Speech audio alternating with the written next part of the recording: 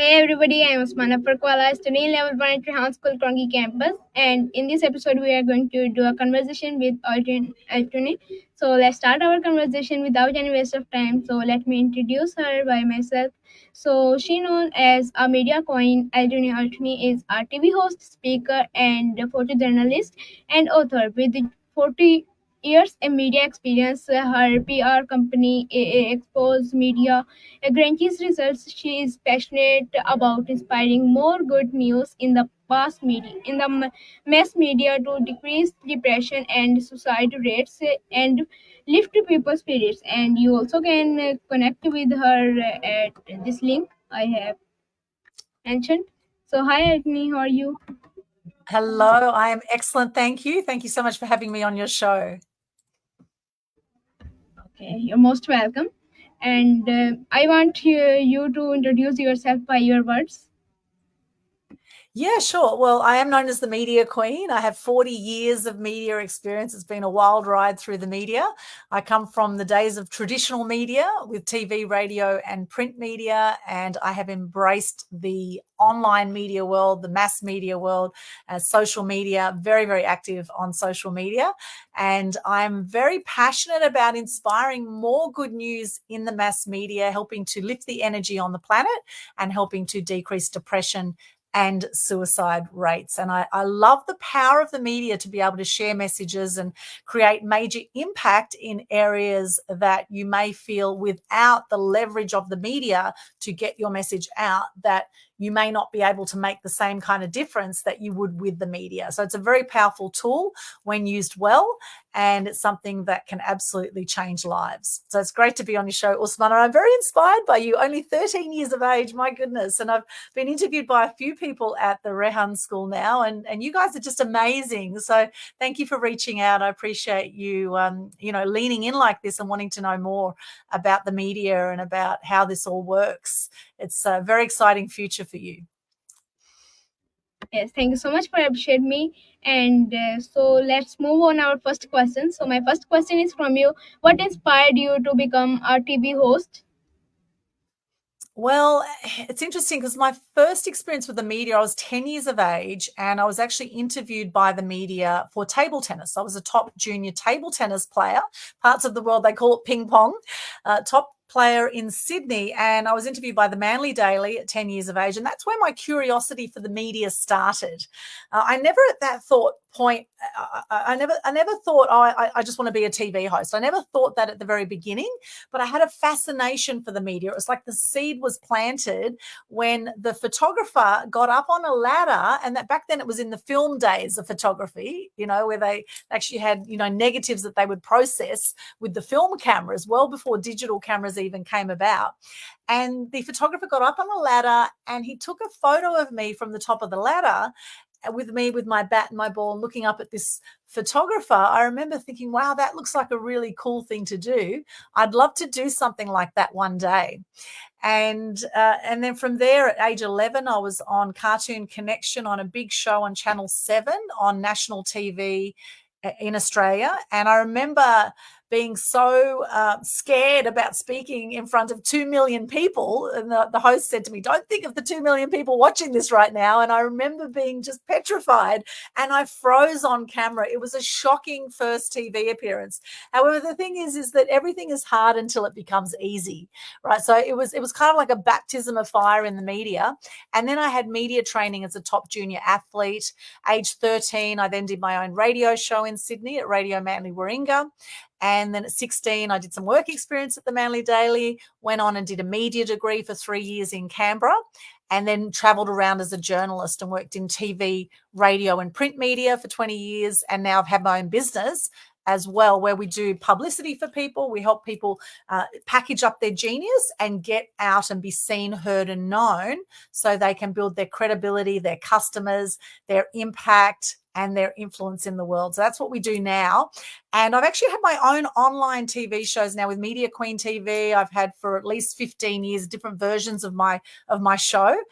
Initially, I actually just started out doing doing shows about things that inspired me and that I love. So I had Media Mastery Show, I had Animal Action TV, I had Truth Expose TV, I had all these different shows, and then I brought it all under the banner of Media Queen TV. And this is all around inspiring truth and good news. So what I've seen, Usman, through the years of the mass media, there's been massive changes happen through the media. I mean, Facebook only started in 2004. So this is before you were born, Usman. Facebook started, okay? And before that, there was no social media, right? So we would watch TV, the traditional TV on, we'd have one TV set at home, and we'd have the radio stations, and that's how we got all our news. But now we have the mass media world. And now we're at a time where there's 5 billion active social media users now across the world out of the 8 billion people on the planet. So really, if you want to get your message to the masses, you have to go where the masses are.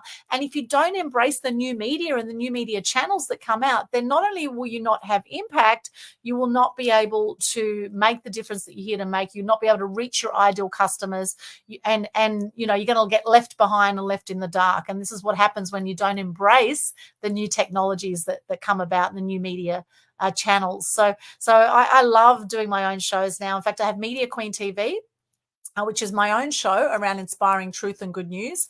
And I have 2 co-hosted shows I do as well now. I have Total Truth Show that I do with Ken Kleinberg from the US, and I have a show that I do with a lady from Germany called Kirsten Linartz called Media Mavens Show. So 2 co-hosted shows, and then Media Queen TV. And I've also co-hosted Tech Webcast. I did that with 2 guys from Melbourne in Australia, from Victoria, and 1 guy from America. And I never met these guys. And this show was a podcast that had over 1 million downloads in 8 years. And I co-hosted that for 3 years. That show's no longer going, although it was an amazing show and great to be a part of that. So I absolutely love it. Amazing. Thank you so much for this wonderful answer. And you are right. You are absolutely right that when we start something, so it's becoming hard for us. But when we do this consistently for 2 months, so it becomes nothing for us. So we can do it too much easily. Am I right? Yes, absolutely. Everything is hard until it becomes easy. Yes. And inch by inch, everything's a cinch. So just start somewhere. 50% of anything you do is just starting. And then it's amazing what you can do once you start, and you start to build your confidence and get yourself out there. I mean, gosh, at 11 years of age on national TV, it was an absolute disaster. But you know what? I didn't give up. I didn't say to myself, I'm never going to get on TV again. I just kept going. And that's the thing, it's really important to be patient and to have resilience and to keep being a stand for what you believe in, no matter what, right? No matter what happens, of all the outside things we can't control, of how the media work, how many more social media channels are going to come out, what kind of censorship is going to happen through Facebook and YouTube. And I've had quite a bit of censorship as well, let me tell you, where I've gone against community standards, right? And I know that when I do something that goes against community standards, that I know there's some truth in it. So what I'd say, Usman, to you and all your friends, I would encourage you to question everything that you hear in the world, because things are not always as they seem. And particularly if something is being bombarded through the mainstream media, there's usually some other agendas at play. And in fact, today is September 11. September 11. What happened in 2001 with September 11? Well, apparently these planes went into the buildings of the Twin Towers, and then what happened? The war on terror started straight after that, right? So often when something major happens, it's usually a trigger for something else major to happen. And with that next thing that happens, it's always important to look at, is there another agenda at play here? And the way to work that out is someone making a lot of money from what comes out of a disaster, right? Or what we see as a disaster, right? Is someone making a lot of money from this? And if you really want to know what's going on in the world, follow the money trail, right? Follow where the money goes, and then you'll know what's really going on in the world. So that's why I say always question everything. Keep an open mind. Don't believe everything you hear in the mainstream media. And thank goodness now with social media, we're not just getting our messages from TV, radio, print anymore, right? Now we are the media now. We are the news. We are creating the news. And even when 9/11 happened all those years ago, 23 years ago now, when 9/11 happened, there was other footage that we saw on YouTube that we did not see in the mainstream media. A lot of that footage has now been taken down, right? It's been censored, right? And I always say, well, if there's nothing to hide, Why the censorship? Great question to ask, right? There's nothing to hide. Why the censorship? So a little bit of a tangent there, but really it's saying, look, it's a changing world we're in. And don't believe everything that you hear in the mainstream media. You know, people are giving their opinions about things. You can either believe it or not believe it, but really at the end of the day, what is it that you stand for? What is it that you're passionate about? What is it that saddens you or angers you in the world? And what do you want to see change happen around? Because you can be the change you wish to see in the world. As Mahatma Gandhi said, one of my favorite quotes, be the change you wish to see in the world. Don't just sit back and say, oh, it's all so negative and all this crap's happening and, you know, whinge about it and moan about it. Do something about it. And now through the power of the media, we can all do something about it, whether it be sharing a post about something, whether it be, you know, commenting about something, you know, say your piece. And it's important, I believe, to be kind to yourself and be kind to others, no matter what your belief. Okay, no matter what you believe, always come from a loving place. You know, it's fear that a lot of people were feeling through COVID, right? There was a lot of fear going on. A lot of people were shut down. There was a lot of people depressed. We had 4 times the suicide rates worldwide than we'd ever had, right? And now we've come out the other side of that. And it's like there's this new hope. There's new hope for humanity now. And I do believe that there is an awakening that is happening in the world. There's some massive shifts going on. People are really reevaluating their life and what's going on for them. And they're realizing that they can make a difference and that they are making a difference and that life is short. And really, when you think about it, a third of people die by the age of 65. Now, I know, Usman, you're only 13 at the moment, but I tell you what, before long, you'll be 30, you'll be 40, you'll be like it just time flies, right? And I remember when I was 13, I thought 20 was old. Then when I got to 20, I thought 30 was old, right? And then I got to 30, I thought 40 was old, right? And here I am, I've just turned 50. I'm like, oh my gosh, what happened? Where did the last 50 years go? You know? However, the thing is, it's about the journey. It's about enjoying the journey of life. And it is about, you know, being the kind of person who is willing and who has the courage to step up about what it is you believe in and what it is you're passionate about. I could Yes, keep you on very very amazing, a very amazing answer. And you are right that you should stay in present. Like if we have something like the not happiness in the past and we are thinking in present that this was happen and this was not too much good, so what I can do, so you should stay in the present because you cannot go back into your past to solve your problems. So you should stay aware in the present.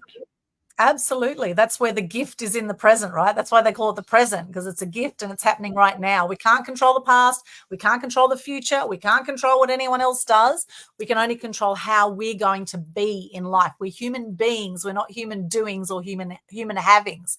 It's how you're being in life. And for anyone who knows Dr. Hawkins' scale of consciousness, when we are being loving, when we are being joyful, when we are being grateful, when we are being peaceful, when, you know, that's where the highest vibrations are. That's when the most opportunities will happen for us. And that's where we have the most flow in life. Whereas the very stuck energies is where people have fear, anger, grief, shame, sadness, all those things, guilt, right? They're very stuck vibrations. And in stuck vibrations, there ain't no movement happening. We've got to be like the river, right? We've got to be like the waterfall, you know, like allow the flow of life. And the more we appreciate the amazing world that we live in, even despite a few crazy people,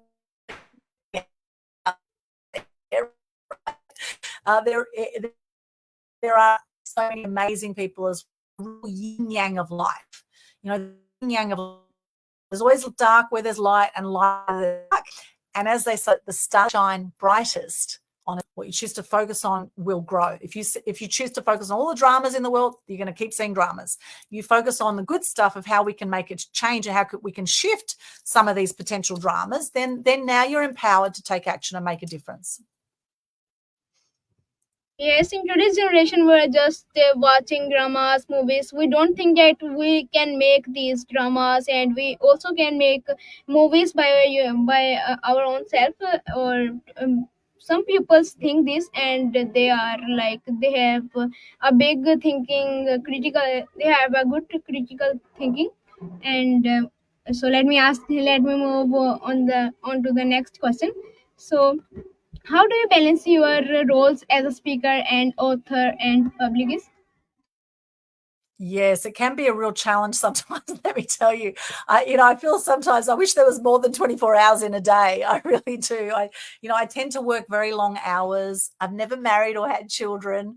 I take on rescue cats. I have a rescue cat now, and cats are very low maintenance. So I think that helps, right? Although I do have aging parents and I do spend time with them, etc. But it's a juggle. It's balancing life as a speaker, author, publicist. I think it's important to look at all the areas of life. Look at your health, look at your relationships, look at your work, look at your career, look at money, look at your adventure, look at travel, look at all the different areas. I think really, if you want to balance life, it's important, ideally, to nurture yourself. Now, as a journalist for many years, it was high adrenaline. It's go, go, go, go, go, deadlines, tight time frames. It was constant high adrenaline. And this is why so many people who are journalists burn out and so many entrepreneurs burn out. In fact, with entrepreneurs, with business people, 98% or so fail within the first 10 years. I've been in business now 22 years. So obviously there's a little bit of resilience and stamina there. So I think it's really important for me. What's been really important is to make time to nurture myself. Like this morning, I went for a walk on the beach here on the Gold Coast in Australia, and I went for a swim in the ocean. I do things like I meditate, I do yoga, I do all these things that empower me. I have great family time. I have time with animals. I appreciate nature. I get into gratitude when I do my Global Good News Challenge, which happens every single month.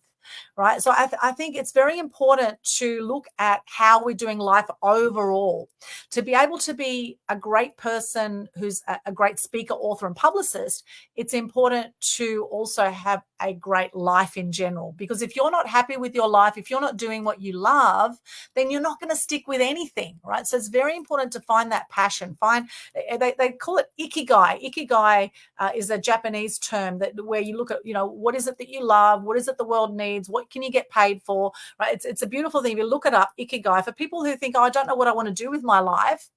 Well, it's all there in front of you often. Often we tend to overcomplicate things as human beings, right? We tend to make things harder than that they necessarily need to be. There will be clues in your life right now, the things that you love doing that do not seem like hard work for you. Speaking, writing, and being a publicist and promoting others. I love it. I love seeing my clients shine and get out there in the media and get out and step up and do live videos. I absolutely love it. It lights me up. And I know that's part of my calling. And for a long time, I felt invisible. I was bullied as a kid. I was a first generation Australian. I have Greek, Turkish, Ukrainian background, born in Sydney's Northern Beaches area, which at the time it was a very racist kind of area. And I was bullied. My friends turned against me. I never felt I belonged as a child. And it was quite a journey for many years. I went through a lot of ups and downs. I was very self destructive through my teenage years. I actually had invisible friends at one point. I used to always internalize my anger, which led to depression. And then after going through quite a roller coaster ride through my teenage years, I then came out the other side and I appreciated life more than ever before. Sometimes we need to see some darkness. We need to have some breakdowns in our life to really appreciate coming through the other side. And now I am so grateful for my life. I've seen the dark side. I've had 4 friends suicide. I've seen what can happen when we don't shift our mindset and when we don't work on ourselves. And I've seen hurt people hurt people. And I've seen healed people heal people. And one of the best investments you can ever make is in your personal development. And business development just takes it next level again, right? However, personal development's really where it's at. If you can be the best version of you that you can be, then you will show up as a fantastic a person in your work or in your business. So for me, being a speaker, an author, and a publicist comes naturally to me now. I absolutely love it, and I really light up every time I get out there and I do my thing. Like I'm doing here. This is where I can just keep on chatting, but I know we're on a tight time frame, so I'll let you ask the next question. Thank you, Usman. So it's like learning never stops. So challenges is a part of life. So when you're facing any challenges, so this will the challenges are telling you that how brave are you and how can you handle these situations. So this will increase your experience and you will learn from these challenges, right? Yeah, absolutely. Like there's clues in your challenges. Often it's when people have the biggest breakdowns that they're just on the verge of having a massive breakthrough.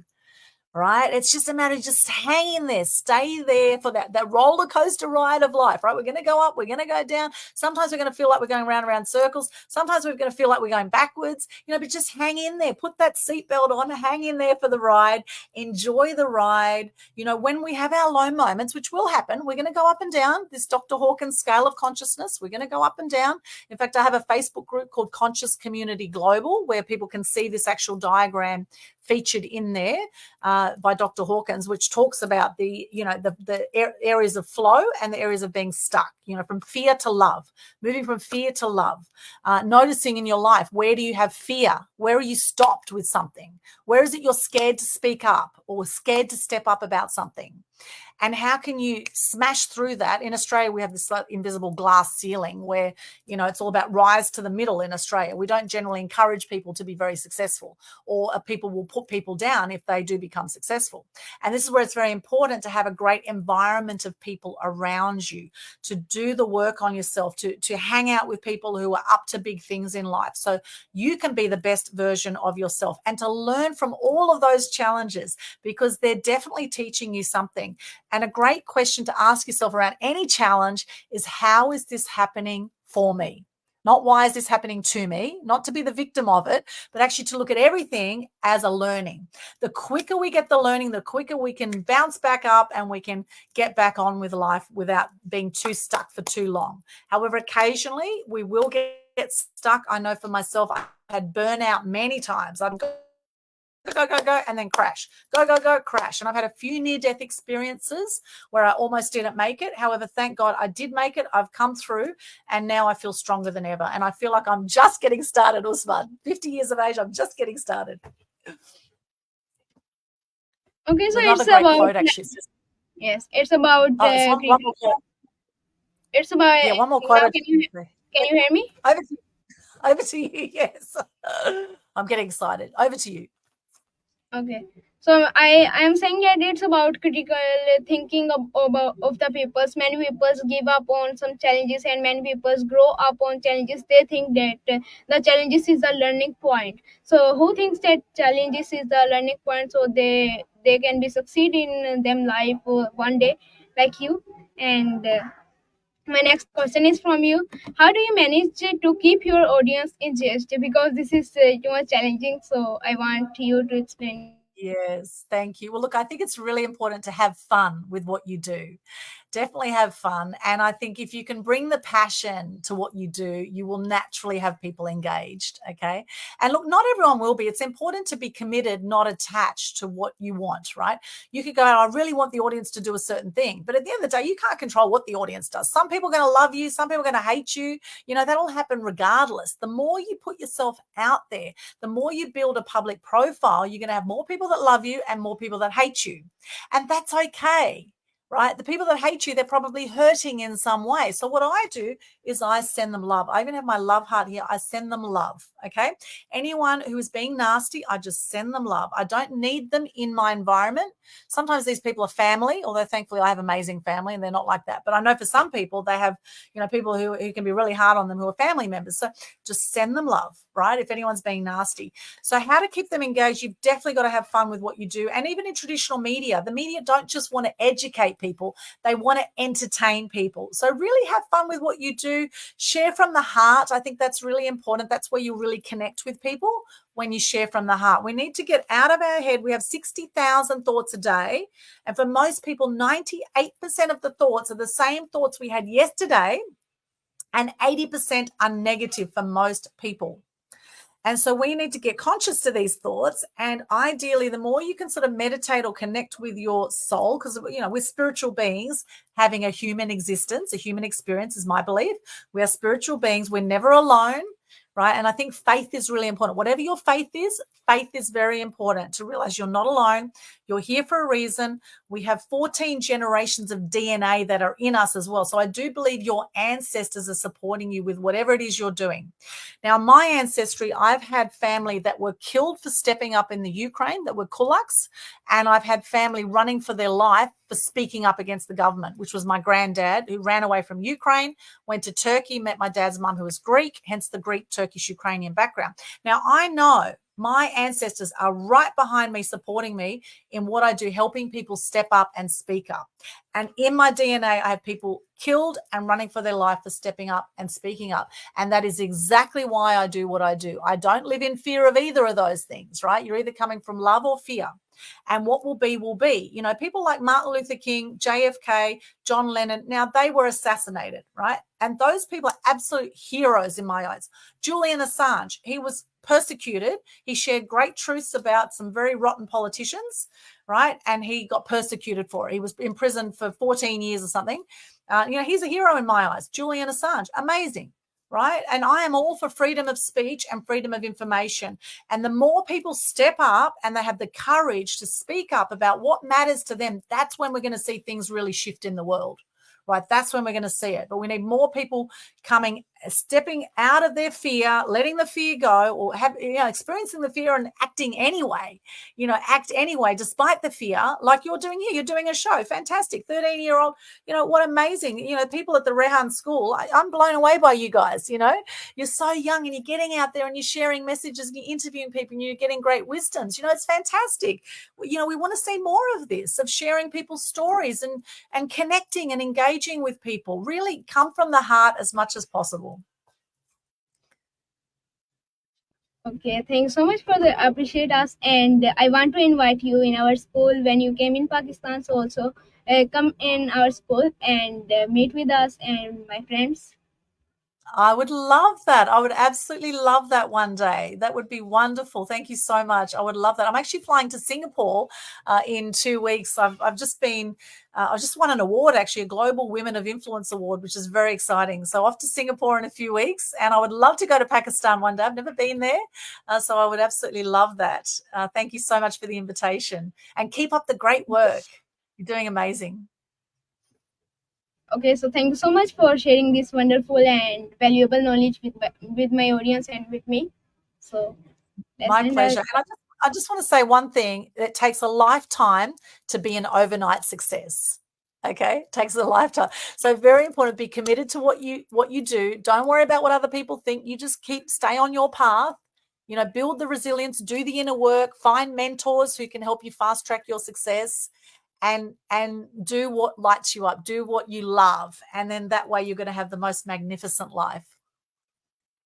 Thank you so much for this wonderful advice. Okay, so everybody, I am Usman and our guest was today is Aldwny Altuney. So I want to end my today's program here. So I hope you liked it, and I hope this will be valuable and knowledgeable for you. And I hope you have learned a lot from today's conversation. So thanks so much for again coming in my show. Thank you so much, Usman. And for those who've been watching us, let us know in the comments, what did you get from this conversation today? I'd love to hear from you in the comments. What did you learn today? What are you going to maybe take on and do moving forward from here? I'd love to hear from you what you thought of this show. And I've loved being on your show. Thank you so much, Usman. It's been an absolute pleasure to be on your show. And I'm very grateful that you reached out and you made it happen. Thank you so much. Thank you. Bye-bye.